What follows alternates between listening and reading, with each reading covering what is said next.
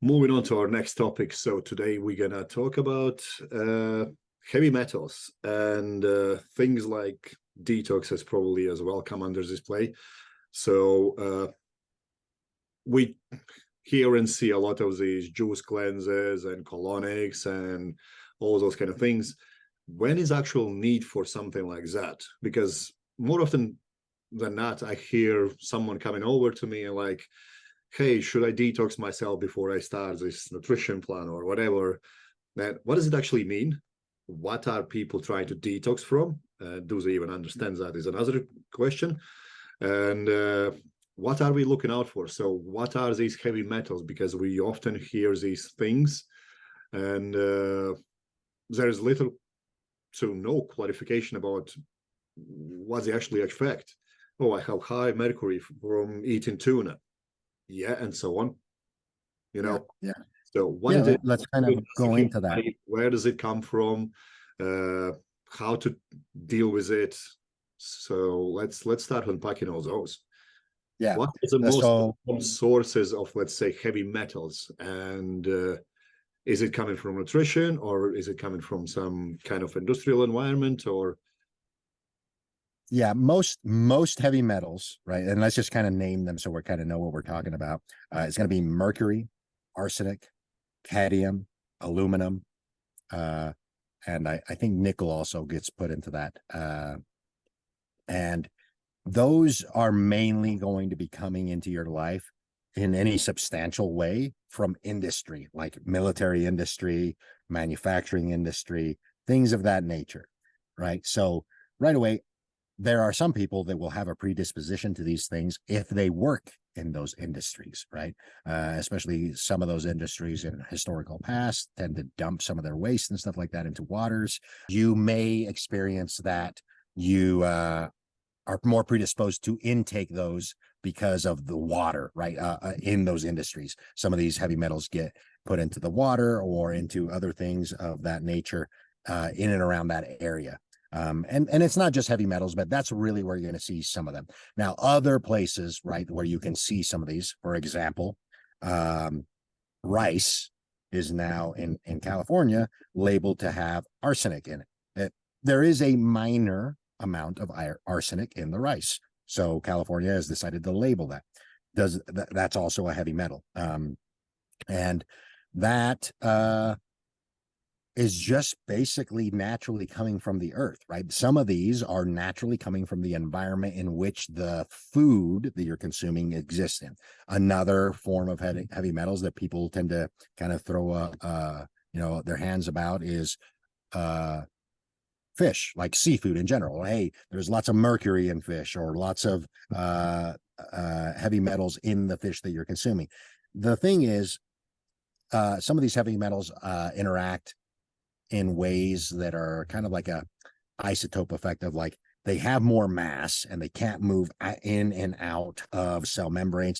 So they disrupt endocrinology, they disrupt electric transfer at the brain, things of that nature. If you have heavy metal problems, you're going to have problems at the brain, at the heart, or at the gut level, because they're interacting with your mitochondria at the subatomic level, and they prevent energy transfer correctly. That's the big picture of what they're doing right now. Some heavy metals are more predisposed to mental disorders, others are more predisposed to metabolic disorders.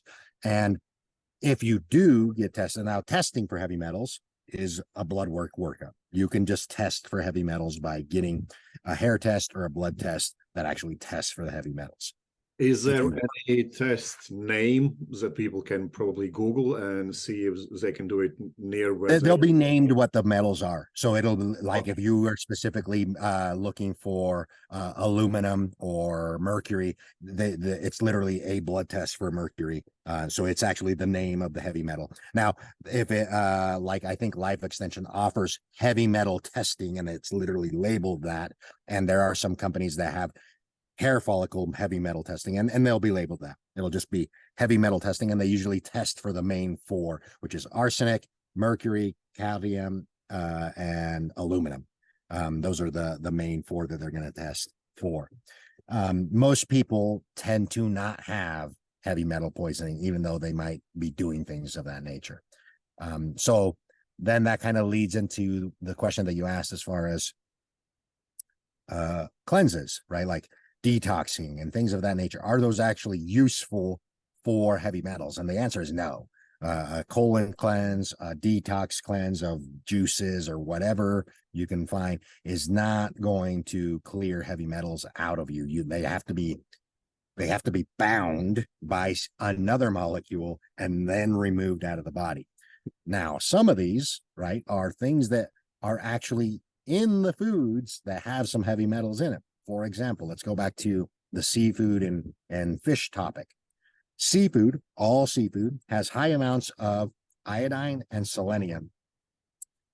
And that is the antidote that keeps those animals alive, those organisms alive, while still having heavy metals within them. In other words, selenium has been shown to actually counteract the toxicity of heavy metals like cadmium and mercury and methyl mercury and a couple of other ones that they actually help.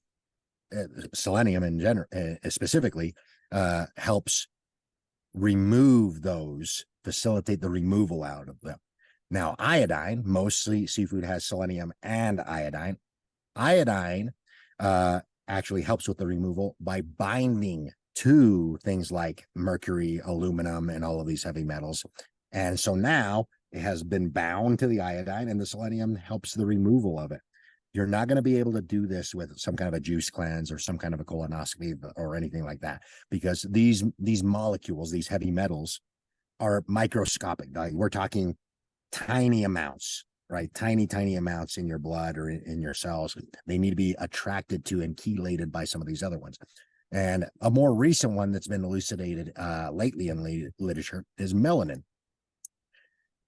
Biosynthetic melanin. So people are literally creating synthetic melanin and putting it in water to get heavy metals out of the water.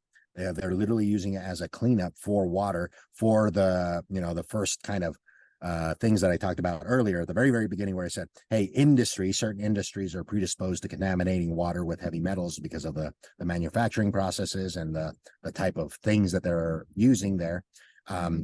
And so their processed water, or the water that's being used in their manufacturing process facility, is then being, they can't do anything with it because it's contaminated, right? So they found a way to use biosynthetic melanin to decontaminate the heavy metals in that water. So if you think about it, most of these heavy metals, right, the main thing that you and I are made out of is water, right? So that's the thing that we're trying to decontaminate. That's why having a colonoscopy or doing a juice cleanse isn't really doing anything, because these heavy metals are in the cytosol of cells, in the water portion of your cell membranes. That's all over your body. It could be more at the brain level or more at any other tissue. It could be in the actual organs themselves. You're not going to cleanse that out by emptying your bowels or taking something special. Now, there are some medications, so it's like some actual drugs that do exactly what selenium and iodine do, which is they bind to these heavy metals to do these things. Now, if you chronically have some background exposure of intaking some selenium and iodine, you're doing that yourself, and that's going to be kind of chelated, pulled together into your stool, and then you're clearing that out. So the only benefit to actually doing like a colon cleanse, for example, would be, well, you're getting rid of all of the potential metals in that stool at a faster rate than you would normally. I wouldn't say that's good or bad. It's just going to clear that out of that system faster. But it's not going to help clear out the heavy metals out of other parts of your body. That's something that's crucial to understand. Now, melanin does it differently. Melanin actually binds to the heavy metals, and because melanin is located on our surfaces, right? Surfaces of organs, surfaces of our skin, that actually gets kind of bound and encapsulated and can actually be pushed out through the skin. Some people will see that, and another heavy metal that we haven't talked about is deuterium. Deuterium is a heavier form of hydrogen. Hydrogen is a chameleon of sorts when it comes to chemistry. In certain formats, particularly the deuterium format isotope of hydrogen, it's considered a heavy metal. And your body only wants that in certain places. That's why melanin actually does the things that it does of removing heavy metals, because some of it that it removes is actually deuterium. And you'll see that as it's not a rash. It actually looks like some white bumps, right? Like some people get these, especially in the summertime when they've start getting a lot of sun, like right at the beginning of the season, and they'll get some white bumps on their shoulders and traps, and they think that it's some kind of a sun reaction, but it's usually where they're getting a lot of sunlight and creating melanin, and that's actually attracting deuterium and other heavy metals, and it looks like little whiteheads, little pimples, but they're hard. They're not a pimple, they're not acne, and they're hard. And I've gotten people that ask me about those. I'm like, well, that's your body literally using its melanin to detoxify that. And that's been shown in pigeons in cities. Pigeons in cities are darker. There's some articles out about this. They're darker than pigeons that live outside of cities. The reason is because they're using melanin to keep their toxins from their environment from being internal, and they stay on the surfaces of the pigeon. That's why they're much, much darker than pigeons that are outside of cities. And that's what they found. They found that the plumage, the feathers that are way darker on these birds, contain higher amounts of toxins like heavy metals and other toxins that are just pollutants in cities. And that's how they're using their melanin. You possess, as a mammal, all mammals possess that capability as long as you're able to make melanin, which is one of the key fundamentals of being able to get outside and know if you're healthy is, do you make a solar callus? Do you make some form of melanin, right? The only people, and I think I've mentioned it on a couple other podcasts, where the only people that do not have melanin are albinos, right? They possess much more sensitivity to environmental stressors because they don't have melanin at all, other than potentially in their eyes and in their brain, to be able to counteract environmental stressors like pollutants and heavy metals. And I think it's important to remind that you're talking about just ability to get tanned. Correct. Yep. The ability to get tanned is a key factor, because there are certain prerequisites that need to happen in order for that to occur.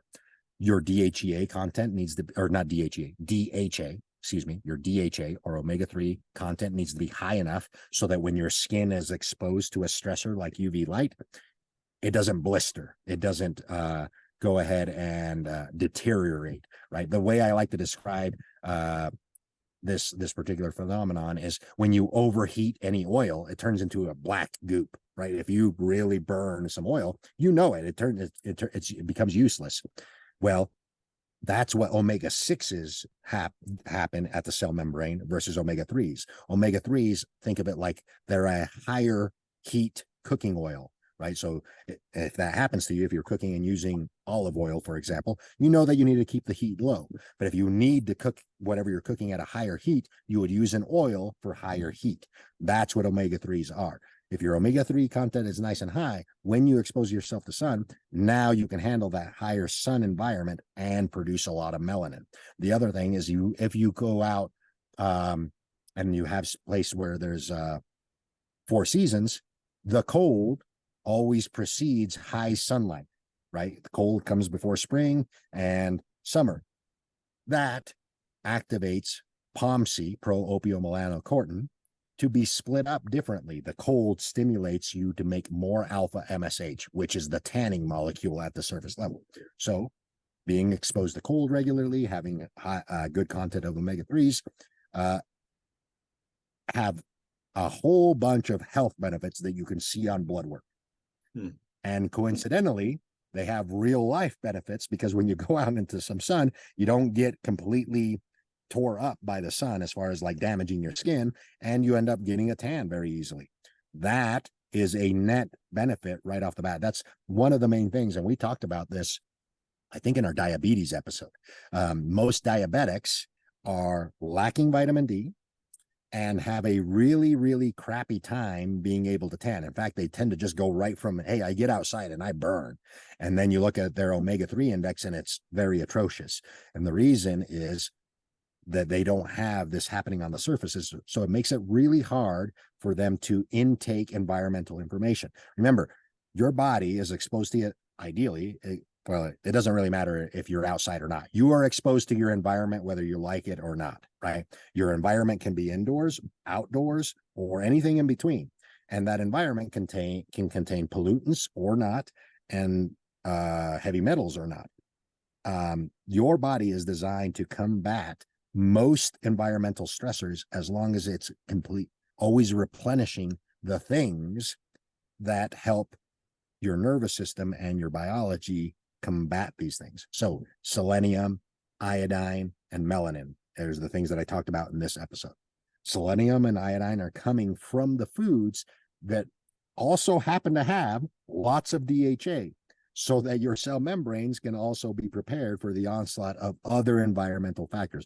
Do you kind of see how it kind of all works together as far as the things that you're supposed to eat that are always beneficial sometimes come with negatives, but the antidote is baked in, and the positives almost set you up for other environmental stressors that you will probably face to also set you up correctly. And coincidentally, a lot of these foods and a lot of these things that I talked about also propel you to have a higher order of thinking. In other words, that's what's created your frontal lobes. So melanin, we had an episode where we talked about how melanin can be degraded to make dopamine, and how you can leverage that by, if you have a tan, you can get a little bit of cold before you do some skill work or something like that to raise dopamine, because melanin can be degraded into dopamine for pattern recognition and motor unit creation. We had an episode where we talked about how melanin at the calf level, at your gastrocnemius, actually is what allows that tendon and ligament structure to keep you upright, because it can now act as a electrical transformer at the skin level there. The melanin is literally a semiconductor for electricity. So even a little tiny muscle like your calves can keep you erect all the time, because it has a lot more electrical conductivity there, because there's more melanin there. We talked about how melanin at the stomach level is there to be able to transform electricity from sunlight and environmental stressors into that's a very crucial part of your organism. If you can't digest food, you're not going to be able to get the nutrients to make cell membranes and things of that nature. So that's also a very crucial component of your body, to have extra melanin in it. Now let's talk about the eyes. The eyes have melanin at the eye level, in the iris and in the pupil, that directly go back into your brain to the substantia nigra for input, right? Now that melanin you can physically see. That's why your pupil is black. That's why you can literally cut open a brain and see a black mass in there. You don't even need to get tan. You can see the melanin there. The reason for that is because that's the most crucial component, because we're very visual focused mammal, right? Like, we don't have exquisite hearing, we have exquisite eyesight. So that's why we have way more of our melanin right there. So melanin is a twofold thing. It acts as an environmental modulator for detoxifying you, if you want to call it that, but it also acts as an environmental gatherer for the positive environmental signals, right? So sunlight, cold exposure, things of that nature. Melanin is functioning on both of those. Things that we don't want, it helps get rid of. Things that we do want, it helps take in more. And selenium and iodine are crucial for making a brain. That you have iodine in particular acts as an antioxidant at the brain level. And so that's why it helps in a major way against mercury, because mercury, one of its key things is it does a lot of neurological damage if it goes unchecked. So high amounts of iodine will counter high amounts of mercury, because it helps detoxify at the brain level specifically. And selenium is at the thyroid. Both iodine and iodine, or both selenium and iodine, are functioning at the thyroid, but selenium has some unique actions with how metabolism functions, right? The conversion of T4 into T3, which is the active component of thyroid, and that's going to dictate metabolism. Metabolism is not just the calories that you burn. Metabolism is the turnover rate of everything in your body, right? So if heavy metal detoxification is part of metabolism. So if you have high amounts of selenium, you will have a higher rate of clearing things as well. So how about people who are stuck in away from the sea and can't get seafood? So what would you suggest them to do in terms of getting their omega-3s and all those kind of things? Maybe sometimes they live in places where you don't get much of a sun exposure throughout the year. What can they do to improve their, and are they even kind of in danger of being in this toxic environment? Well, it comes back to environment first, right? Now, and I'm going to say it in this way. If somebody doesn't live close to the sea, but they also don't live a modern lifestyle of being indoors or being around communications equipment, cell phones, etc., right? They think of it like they're a backdoors person. They're not going to run into any issue. The reason is because they're not degrading or being exposed to environmental stressors that are too negative for their local food system to take care of. The problem arises when, like I said, hey, rice has arsenic in it. Well, what if you eat rice year round, right? Well, then you're probably going to want to, and that's the thing, is not everywhere is there rice year round. Sometimes in the middle of winter in some countries, they don't eat rice. They eat potatoes. They eat other things that don't have that particular, not because they know that it does that, but because it's just by nature, sometimes you go away from eating these things. So I would say living a modern life does predispose you to wanting to know the information that I just said, and then just being a little bit creative about how you get this in, right? A low way to get lots of selenium, lots of iodine, and omega-3s would be,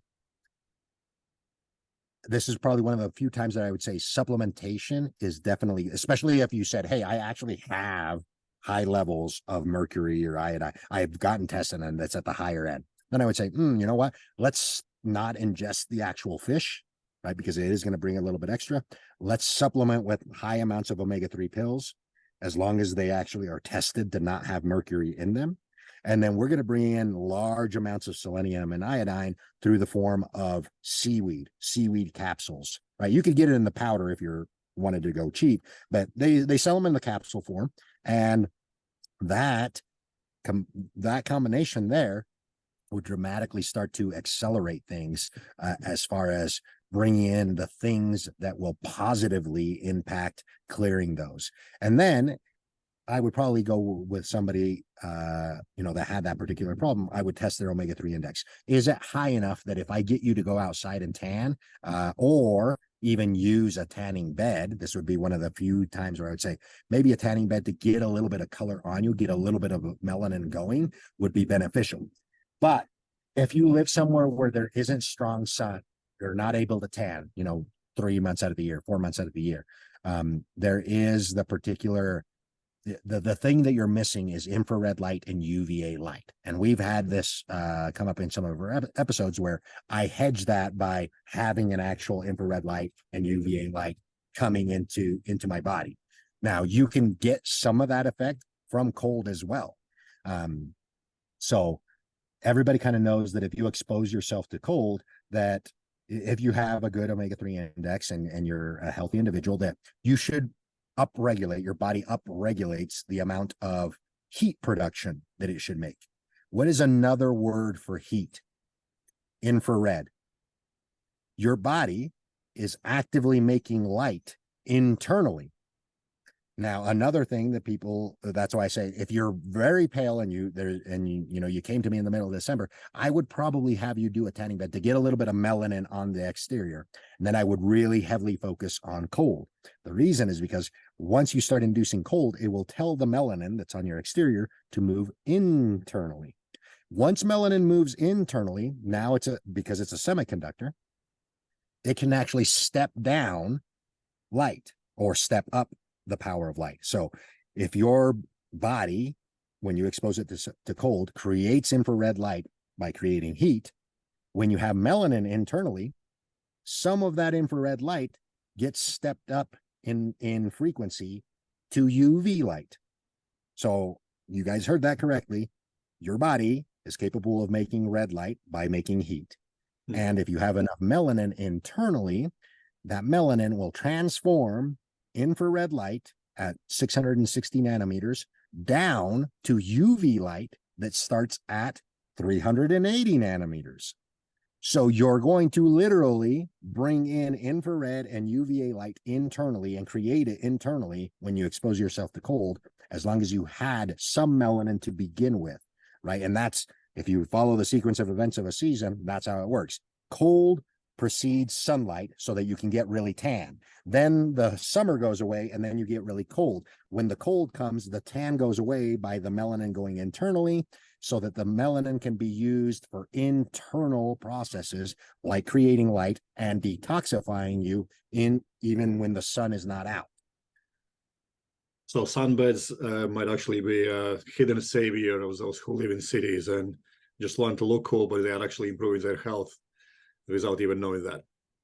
Yeah, especially if they start combining it with, I mean, by nature, they should combine it with a little bit of cold, unless they have unless they work from home and they never actually leave their house, right? That's what, which we are seeing a lot of that. We are seeing a lot of people that just don't leave their house. That's a problem. But yeah, some people, in fact, I looked it up in Canada.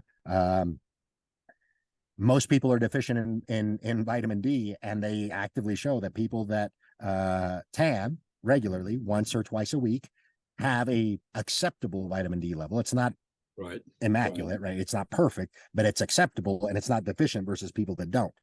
That's not just the vitamin D. They're actually getting a melanin production there. And the other thing is, you will also sulfate cholesterol, because remember what in our sex hormone talk of like sex hormone deficiencies and stuff like that, we talked about how cholesterol has to be sulfated in order to be turned into pregnenolone and DHEA and stuff like that. And the thing that sulfates it is UV light. Well, at a low level, your body, if you have enough melanin internally, can transform red light into UV light. And now you can sulfate cholesterol internally to continue to create your sex hormones even during the winter. So that is those are environmental things that should come to the forefront when you are actively just trying to hedge. Everybody's, worried about things, right? Like the heavy metals, the arsenic. Do I need to be taking something so that I don't get heavy metal poisoning? And the real solution to that is, unless you actually have heavy metal poisoning, you have a high amounts of heavy metal that you've actually tracked down via blood work, probably not. You probably don't need to take anything special. You just need to make sure that you're consuming the things that bring the things nutritionally. Selenium and iodine are the big players, whether that's in the little supplement hack that I gave earlier or the actual fish. Now, the benefit of the actual fish is you also get a lot of protein with it, right? It's also nutritionally beneficial there.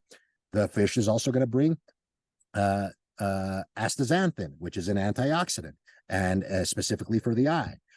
The fish is just so neatly packed with lots of really useful things that it's hard for me to say, yeah, you can skip the fish. But if you did have high levels of heavy metals already in your blood, that's the one time where I would say, yeah, don't take the fish. We don't want to add any more stress.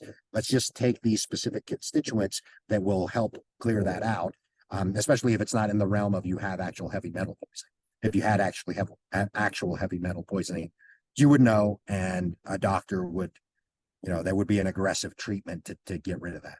Is there any kind of giveaways that might tell you that you might need a heavy metal kind of test? Maybe some kind of skin issues, or maybe some kind of lethargy, or is there anything that might? Yeah, there would be metals. Yeah, there would be, like I said, most of these things are going to they're metals, right? They're all metals, so they're attracted to electromagnetic fields. In our previous episode, what did we say about the mitochondria and how it creates an electromagnetic field? That means that most heavy metals are going to be attracted to places of high mitochondrial density. If you have heart issues that just can't seem to get solved, If you have brain issues, like you have a hard time controlling your blood pressure, you have a hard time controlling urination and stuff, because that's all done through vasopressin and your CSF and stuff like that, then now those would be like, oh, you have some really weird issues going on. Let's make sure that this isn't being caused by some kind of heavy metal.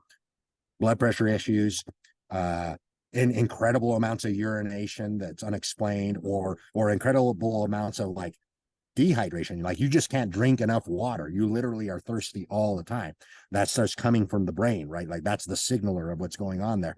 So let's look into that. Those would be like red flags immediately. If somebody, you know, on a consultation told me these things, I'm like, you know what, before we go any further, let's just make sure that you don't have any heavy metal problems, right? And that's where I would say, if you have brain problems, if you have heart problems, that's for sure one of the first things that you want to look into. Make sure this person doesn't have any kind of heavy metal poisoning, because we know that heavy metals are conductive and they are attracted to electromagnetic fields. So where are the biggest electromagnetic fields in the body? The brain and the heart. Those are where you have the highest mitochondrial density. So that's where most of these heavy metals, if you have an excess of them, are going to be embedded and attracted to. So that's why you want, and that's why they cause the problems that they cause. No, it's cool. It's like a good continuation from our previous video. So if anyone haven't watched it, it was quite heavy and well received, to be honest. So about mitochondrial health and why it is important, and probably heavily misunderstood as well. That oftentimes you just hear people thinking that your energy is created through your food, but we know that there is much more to it. And these little things can further negatively affect everything that's happening in your body. And you need to be really aware of these things before you try to do something crazy with it, like dieting or getting stronger and this and that. We always kind of try to remind, make sure you're healthy first. Yes.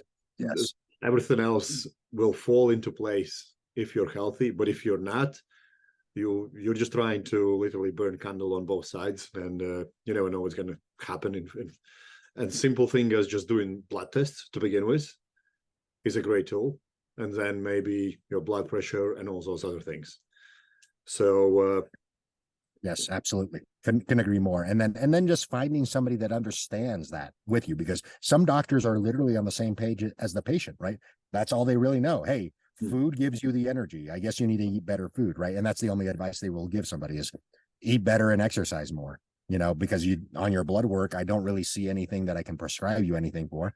And that's really where people get frustrated. And that's where I start to see the most breakdown of why people don't understand some of these things, is because the doctors sometimes don't even understand some of these things. You need to find somebody that really fundamentally understands that your mitochondria are crucial, and the inputs to the mitochondria and the whole system as a whole. How do they work? How does your body actually gather energy, gather environmental information, and disseminate that to your brain and all of your organ systems?